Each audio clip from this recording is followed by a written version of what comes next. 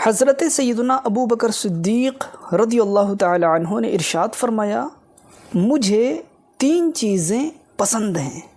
النظر الیک وانفاق مالی علیک والجلوس بین یدیک، یعنی نمبر 1 آپ صلی اللہ تعالی علیہ وآلہ وسلم کے چہرے انور کا دیدار کرتے رہنا، نمبر 2 آپ صلی اللہ تعالی علیہ وآلہ وسلم پر اپنا مال خرچ کرنا، نمبر 3 آپ صلی اللہ تعالی علیہ وآلہ وسلم کی بارگاہ میں حاضر رہنا۔ میرے تو آپ ہی سب کچھ ہیں رحمت عالم، میرے تو آپ ہی سب کچھ ہیں رحمت عالم،